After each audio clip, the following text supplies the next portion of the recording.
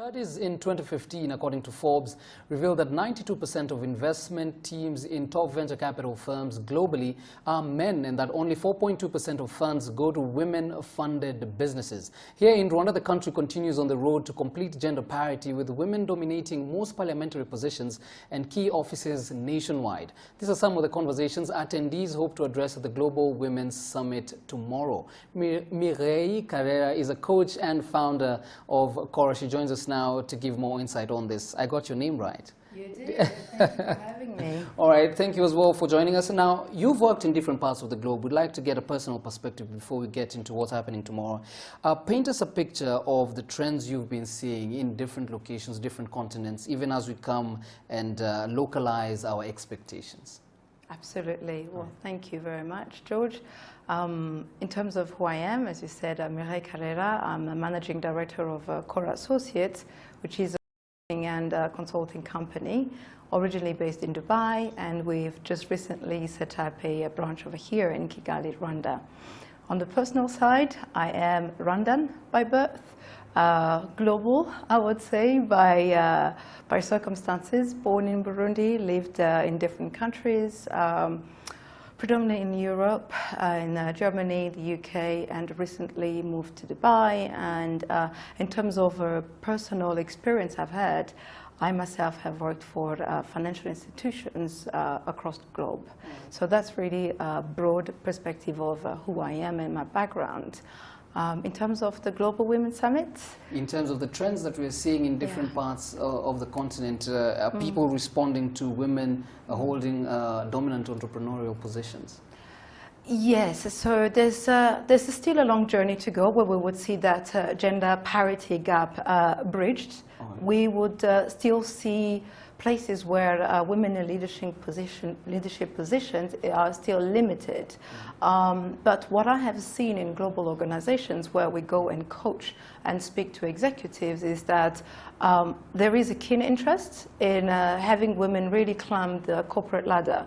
So that diversity and inclusion component is there, and there are some efforts being done towards improving that gender parity.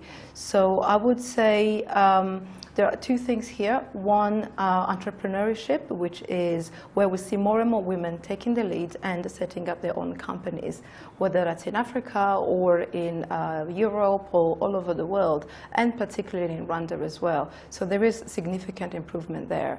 But when it comes to women being employed and really working within the company and going up that career ladder, there is still a lot of work that needs to be done, really, from going to a graduate position to sitting on a C-suite panel or being a member of the board. All right. It's still a long way to go, but we're fortunate enough to be in a country where progress has been recorded very strongly. But now let's go into what's happening tomorrow, which is the summit. And as much as we'd like to get your view on what you expect tomorrow, we need to also ensure that the conversations there, it's not only a one-day event, we need to make it a 365-day affair. So give us your view on what's happening. Yes, absolutely. So what's happening tomorrow is really a launching pad of different things that will take place. So the Global Women's Summit is something that we are launching in Rwanda, and I'm the director of that event.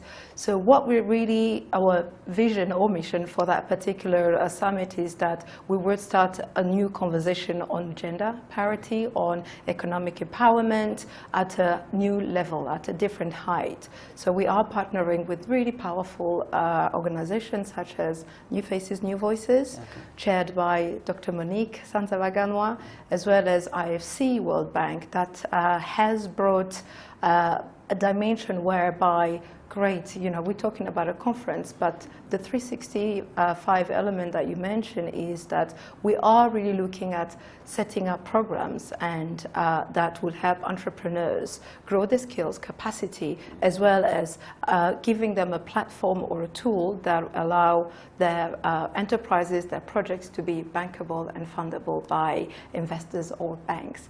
So what you will see tomorrow is, yes, a number of panel discussions with experts in the financial sectors, but as well as motivational speakers and coaches such as myself that really want to that really want to bring that change, that transformation that starts first within you, with your mindset, then goes into practically how, what skills, what capacity you need, into then, okay, great, you have developed, but you do need the funds, you need the money. Yeah. So we have banks, pretty much all of the Rwandan commercial banks have been part and supportive of this initiative led by IFC that will, that have allowed us to be able to give to 5 women entrepreneurs funding, yes. And the prize is really for those brilliant, innovative ideas. As a step now into, of course, contributing to this ecosystem as well. Absolutely. All right. Yeah. Now, we will be celebrating International Women's Day with you tomorrow. We'll be on ground covering whatever's happening. Financial inclusion is a big topic,